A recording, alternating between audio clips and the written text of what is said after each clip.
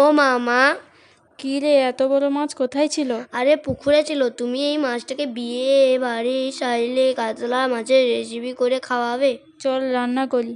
তো চলো, প্রথমে আমি দেখিয়ে দিচ্ছি মাছটাকে কিভাবে কাটতে হবে। কাতলা মাছটাকে ভালোভাবে এইভাবে আমাদের গ্রাম্য পদ্ধতিতে এইভাবে ছাই মাখিয়ে কাতলা মাছটাকে সুন্দর করে আমি কেটে নেব। দু সাইডটা সুন্দর করে পাখনাগুলো আগে কেটে নিচ্ছি, তারপর আঁচটাকে ভালোভাবে এবার হাতের সাহায্যে তুলে ছাড়িয়ে নেব। দিয়ে আমি ভালোভাবে সুন্দর করে মাছটাকে কাটিং করে নেব।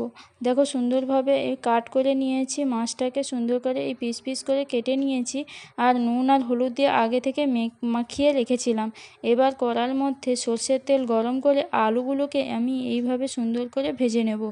আর লবণ আর হলুদ গুঁড়ো দিয়ে এইভাবে আমি সুন্দর করে ভেজে নিচ্ছি। ভেজে নেওয়ার পর এবার আলুগুলোকে আমি এখান থেকে তুলে নেব। তুলে নেওয়ার পর মাছগুলোকে আমি সর্ষের তেলের মধ্যে ছেড়ে দেবো, দিয়ে এপিঠ ওপিঠ উল্টে সুন্দর করে ভেজে নেব।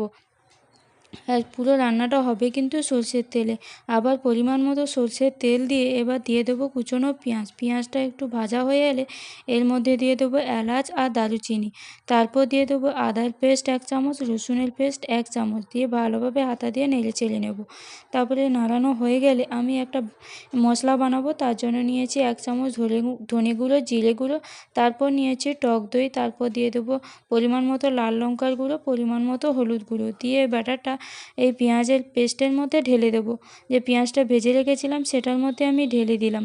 দেওয়ার পরে এবার মশলাটা কষে দেবো। দেখো তেল ছাড়তে শুরু করেছে বেশ সুন্দর। এবার আমি ভেজে রাখা আলুগুলো এর মধ্যে দিয়ে দেবো। দেওয়ার পর এবার জলটা দিয়ে দেবো। জল দিয়ে পরিমাণ মতো লবণ দিয়ে এটা নামিয়ে দেবো। গরম মশলা গুঁড়ো দিয়ে এটা পরিবেশন করে নেব। ও মা, তোমার হলো? হ্যাঁ, হয়েছে। কাতলা মাছের রেসিপিটি দেখতে হেভি হয়েছে, খেতে যা লাগবে সেই স্বাদ।